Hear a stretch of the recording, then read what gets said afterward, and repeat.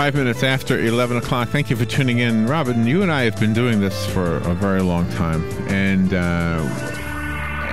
we're the radio hosts and everything like that. And sometimes we are in the studio and we're not really out in the office as much as the people who work in the office. And not just this station, but other stations we've been at as well.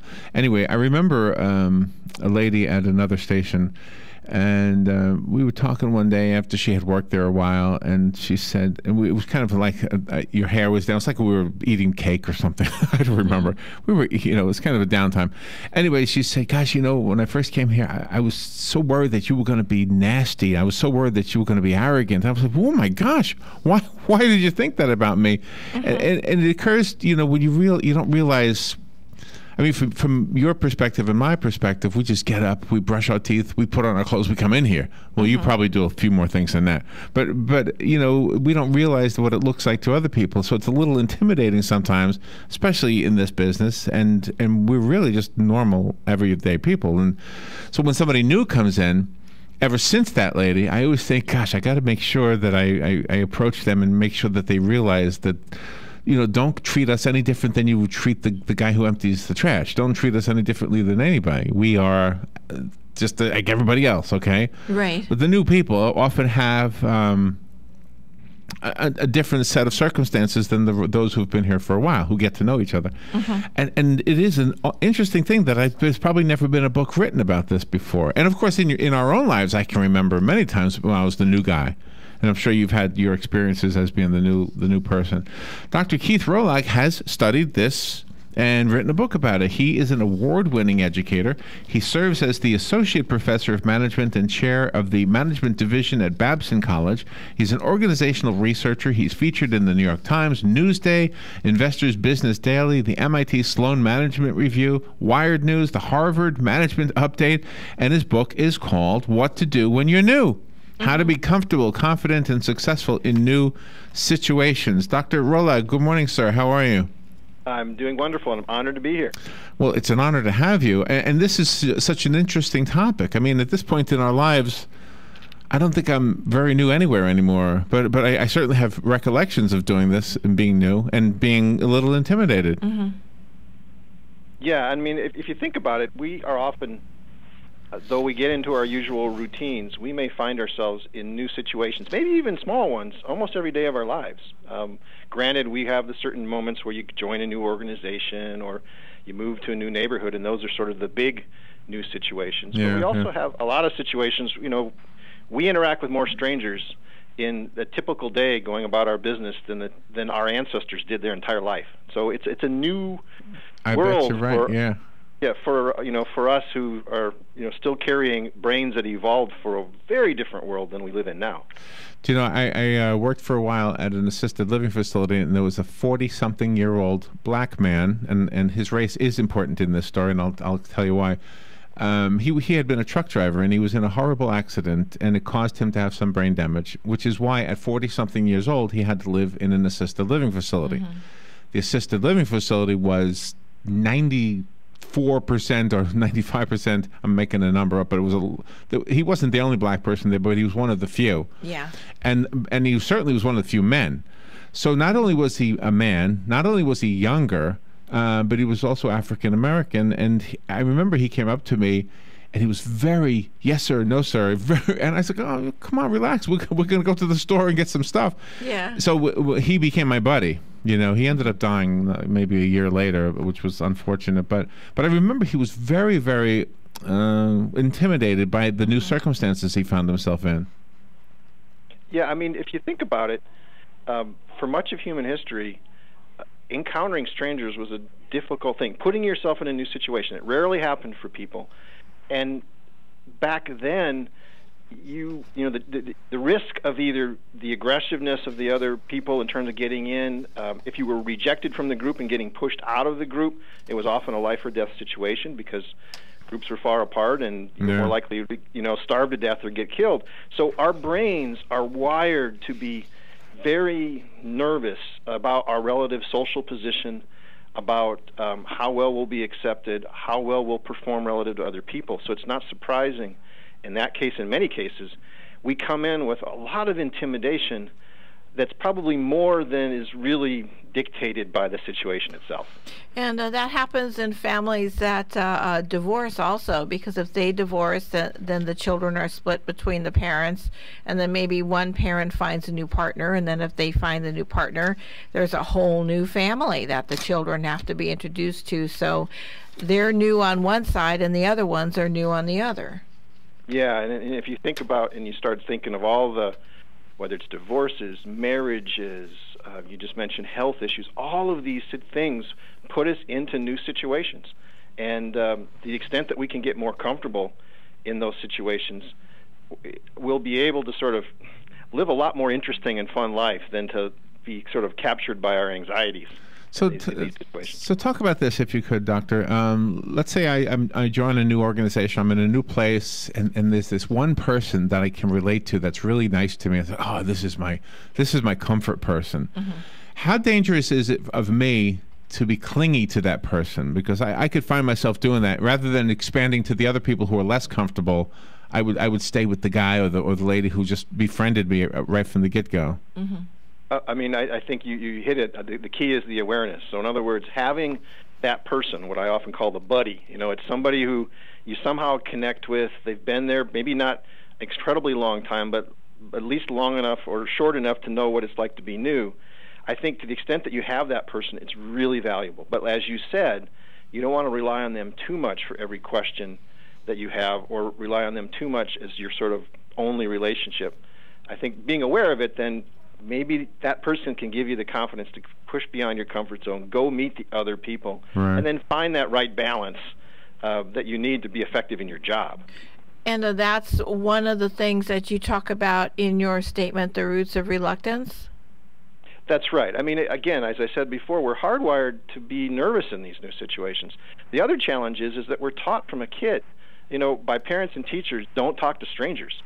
And while that's wonderful advice, oftentimes kids will internalize it as all strangers are bad. And if we carry that, not only does it reinforce our natural anxieties, it's not surprising that we bring that into the workplace. The funny thing is that when we turn 18, our parents and teachers turn around and say, now get out there, meet new people. Right. Go out and try new things, get a job, find a new place to live. And what they effectively are saying is, all right, now go out and interact with those same adult strangers I spent the first 18 years of your life telling you not to talk to.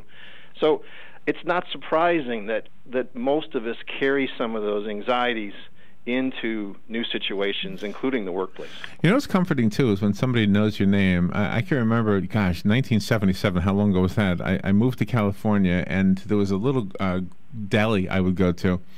And somehow or other, I must have introduced myself, and I went back in there, and they said, "Hey, good morning, Larry. How you doing?" I said, "Whoa, you remember my name?"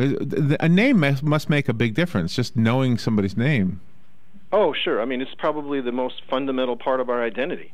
And to the extent that you remember somebody's name, you're sending all kinds of signals like, I care about you enough to remember your name. I'm interested in, continuing the relationship. I mean, it sends so many positive signals that many people have realized in that particular, establishment in particular, that to the extent that you can remember your customers' names, you're going to win customers for life through that process. Customers. Because we like people who remember our names. Yeah, really. Some jobs have a requirement where you have to wear a name tag, and yes, so then you would know your coworkers' names. And that makes it easy, but sometimes the name tag, I don't know. We don't wear them here. In a way. Although we do wear them here, some of them. Yeah. I haven't worn one in a long time. No. But I mean, the interesting thing about name tags is, for all the good things they bring in terms of learning people's names, they become a crutch for some, and you get so used to sort of briefly glancing at somebody's name. Mm-hmm. It does one of two things. You get that little eye bounce. Yes. And obviously other people can read that, and if you bounce down to your name tag, you're going, oh, you're just this big, I don't remember your name. Right. It's not a good thing. And the other thing about name tags is that it works great. Our brain has what's called context-dependent recall. We remember people in the context of where we met them or where we usually interact with them. So you get used to having that name tag, and all of a sudden you run into the person at the grocery store. Right.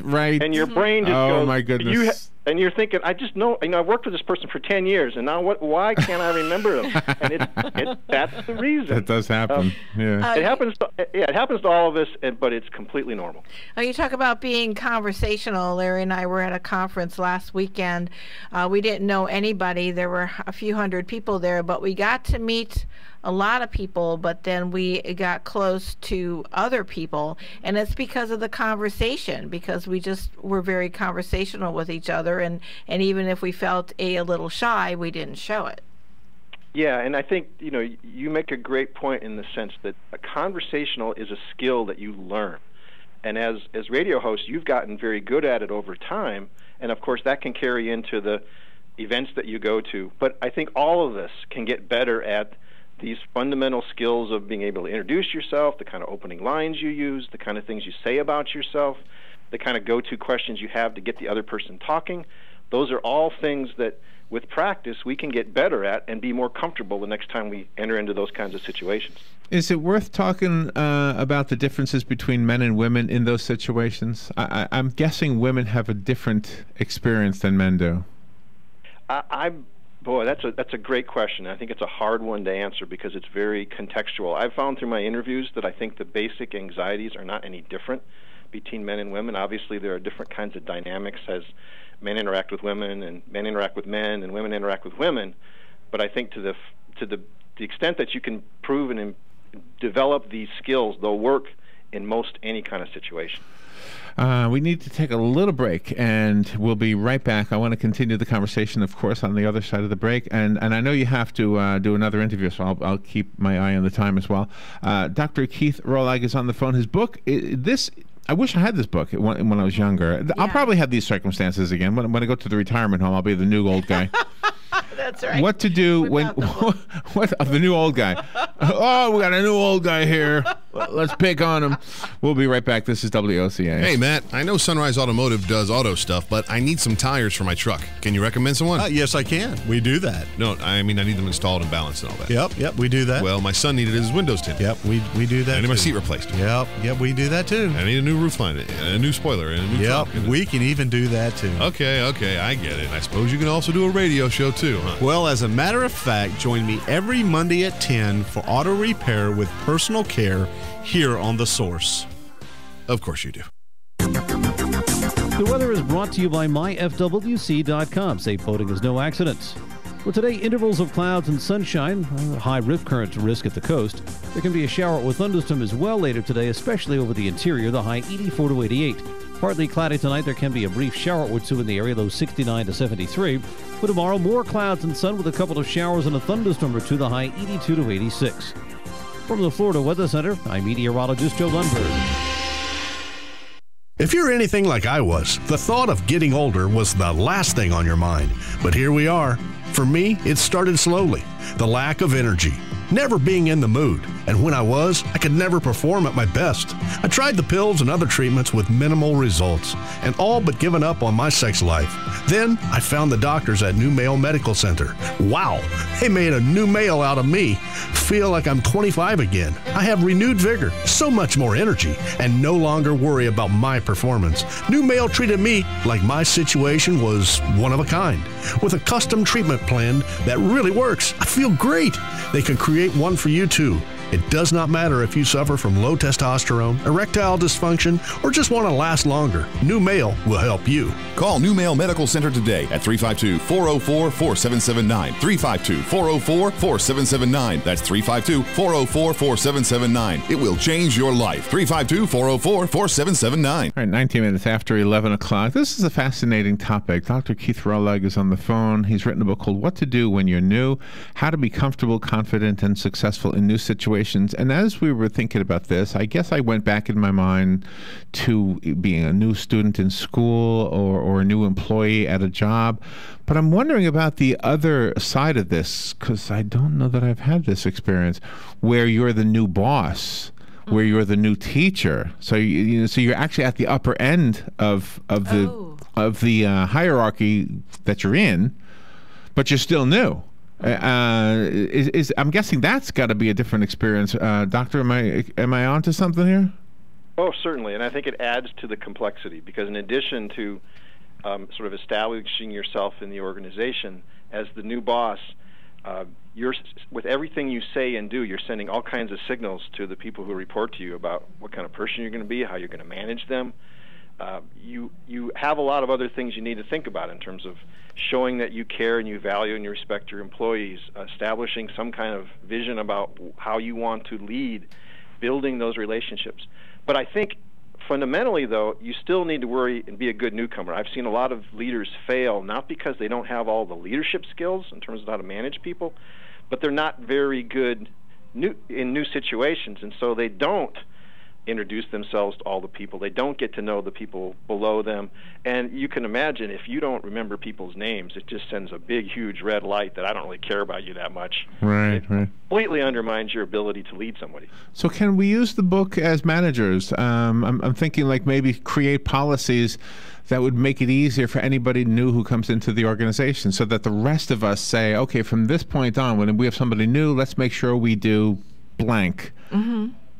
Oh, definitely. And in fact, while the book is focused on helping people become better newcomers, I have a whole chapter in it helping managers and others who are in an organization. How do you help bring those people on board? And it still comes back to these fundamentals. To the extent that you can make it easy for people to either get introduced or approach other people, and make that comfortable and send the signals that it's all right to go interrupt and introduce yourself to folks, to the extent that you can create an environment where people feel that others are approachable for questions, to the extent that you can give them the names and the pictures and help them learn, all of those kinds of things will make that new person, you're addressing the very anxieties they're feeling in those new situations. Right. And if you can do that, it helps. And you actually had to live that because you conducted interviews and you were a stranger to the people that you were speaking to, but you had to make them comfortable knowing that the answers and that the interview process you were doing was a good thing and that they didn't have to be wary. Exactly. Well, and this is my first book, and it's one of my first few radio interviews, so I'm nervous right now. And the way that you're interacting with me is making me be comfortable. And to the extent we can pay that forward and do the same to others, I think it'll be a whole lot better place to live in if we can at least acknowledge that our anxieties in new situations are normal, but we can get better at them. If you have any anxiety about taking a phone call, I won't take it. But if you're okay with it, I will. There you go. Exactly. Right. It's not a political conversation, so it should be safe. Yes. Good morning. You're on the air. Thank you for calling in for waiting. Yeah. Good morning. Good morning. In high school, there were basically three groups: the jocks, the geeks, and the bullies. And after freshman year, it developed in my mind. I was a geek. It developed in my mind that to get the bullies off my back, I had to hook up with a jock, because nobody bothered the jocks. But the jocks needed the geeks because they needed to pass English or math or science. And so once you hooked up with a jock, you were safe. And the bullies were really the outcasts. Wow. So just a thought. All right. Thank you for the call. Have a good day. I mean, you know what he just described there, though, probably is the way a lot of us think. And maybe, do we take that through the rest of our lives, or is that? It sounds like that can be refined a little bit. Well, I think that this speaks to the whole fact that as human animals, the in-group out-group dynamics play out, and certainly as you get into bigger schools, you get those dynamics, you get those cliques, and all of the craziness that comes with it. The sad thing about it is it doesn't end. I've interviewed 75, 80-year-olds entering retirement communities, and they talk about the same stuff. Who sits with who at lunchtime, whether a person's not accepted or not, and the cliques, and trying to get into this particular group. It's still a fundamental human part of us, sad but true. But I think to the extent that we recognize that a lot of that anxiety somewhat is self-imposed, that if we can push back that and maybe put ourselves out there, that many times usually things will go better than we think it will. And then you have the ultra famous people like rock bands, and then they're around for like 3 decades. All of a sudden a member will die or leave the group, and then they have to replace them, and then they're worried about how the fans are going to react. Oh, yeah. In fact, I've interviewed people who have joined rock bands, and that there's all kinds of dynamics, as with every new situation, but certainly that plays into real challenges because the new person isn't really part of the classic group that made the hits, and how do they fit in? How do they relate to their fellow band members? But then, as you've said, how do the fans relate to that person? Is that person welcomed as a full member of the team, or are they always that sidekick that came in late, and it's a challenge. The book is called What to Do When You're New. Keith Rollag wrote the book, Dr. Keith Rollag, and how to be comfortable, confident, and successful in new situations. I have a copy of the book. If you are relating to this, then you will benefit from the book. And if you're not relating to this, then you need to relate to the book, because that means you're not getting out enough. Because I think this is true for everybody. I think everybody feels this. Even the bullies feel intimidated when they first enter a new environment. I think so. I'm guessing. So if you want the book that was sent to us, you can call us and we'll be glad to set it aside. I know we have to have a slightly early wrap-up, right, Robin? Yes. Okay, yes, so let's make sure we get the information from Dr. Rollag. Do you have a website, Doctor? Sure. The website is whenyournew.com, and the book is available at Barnes & Noble stores across the country, independent booksellers, and then online, the usual places like Amazon. It's an ebook, audiobook, and paperback form, and it runs probably, I think, on Amazon about $10, so it's a pretty cheap read. Good. So. It's a good investment. It is really an important skill to be able to have, and a book that will help you will be very beneficial. Let me give this one away. Good morning. You've got the book. Who's this? Hello. Yeah, good morning. You've got the book. Hello?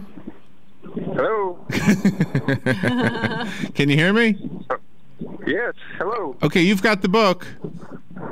Thank you. All right. And your first name? Yeah, what's your first name? Stephen. Stephen, do you know where we are? Yeah, you're right by the Pack Mall. Right, yes, sir. Oh, the book will be waiting for you, Stephen. Okay, thank you very much. Thank you. Okay, Doctor, thank you for being on the air with us today. You did great. If it's any consolation, so that when you go to the other stations, don't worry about it. Everybody will be fine with you. That's right. With practice, I hope I get a little better each time, but thank you for the compliment. Great interview. By the way, come back anytime. Any future books you have, or just if you're in the area, especially, come into the studio. I'd be honored to. Thank you very much. We will be right back. This is WOCA Ocala.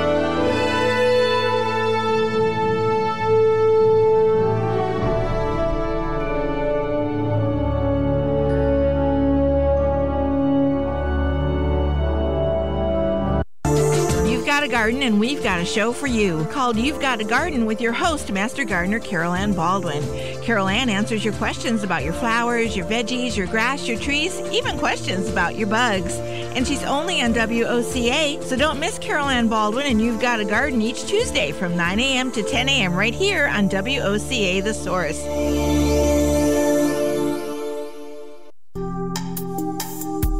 Career Source, Citrus, Levy, Marion brings together business and community partners, economic development leaders, and educational providers to connect employers with qualified, skilled talent and job seekers with employment and career development opportunities. Tune in the first and third Wednesday of each month at 9:30 a.m. to Career Source, Citrus, Levy, Marion, and learn how they can help you.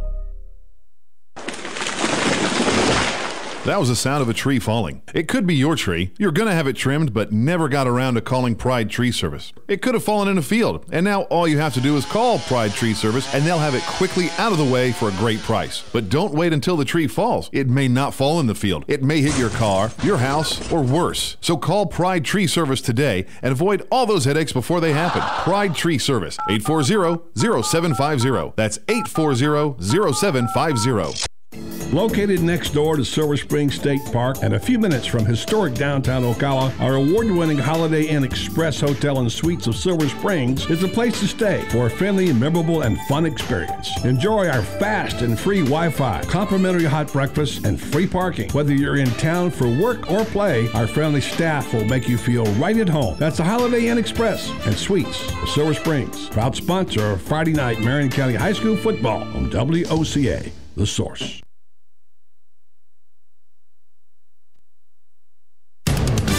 Fox News Radio. I'm Lillian Wu. What started as a fight between two groups of college students leaves one dead, another in police custody. Be awake.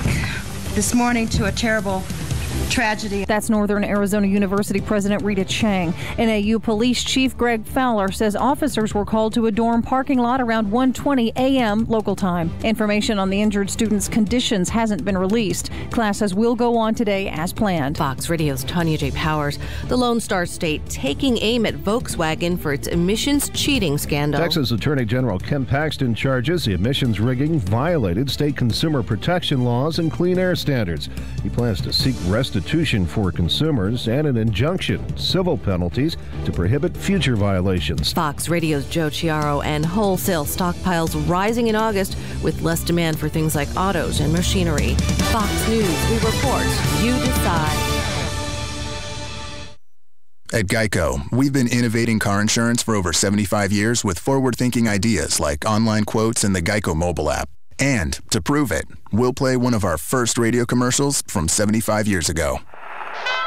By Jiminy, Geico could save you money on your car insurance, which is what we'll be doing over 75 years from now. Who knows, maybe with some sort of application that's accessible on a futuristic handheld device. We'll call them online quotes. See? Forward thinking. Geico, saving people money for over 75 years. A Napa guy knows not to judge a man by his car's multicolor paint job or absence of safety features. Who cares if it's technically old enough to vote and the windows are powered by the strength of your left arm? Your monthly payment is zero, and it'll stay that way. Because with over 400,000 parts and a little Napa know-how, you can keep anything on the road. She may not be pretty, but she's all yours. That's Napa know-how. You've got a garden, and we've got a show for you called You've Got a Garden with your host, Master Gardener Carol Ann Baldwin. Carol Ann answers your questions about your flowers, your veggies, your grass, your trees, even questions about your bugs. And she's only on WOCA, so don't miss Carol Ann Baldwin and You've Got a Garden each Tuesday from 9 a.m. to 10 a.m. right here on WOCA The Source.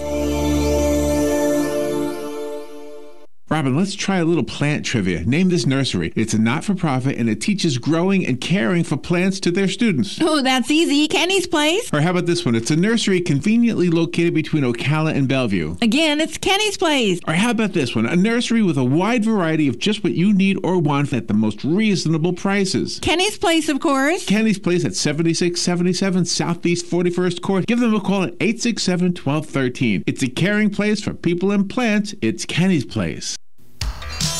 Gene Powell Pasture Mowing, 352-629-2440. In addition to our pasture mowing service, we also offer fence row spraying. Now is the perfect time to get ahead on weed control for an overall aesthetic appearance. Gene Powell Pasture Mowing, 352-629-2440 or online at powellgene, Gene, @yahoo.com. We are licensed and insured.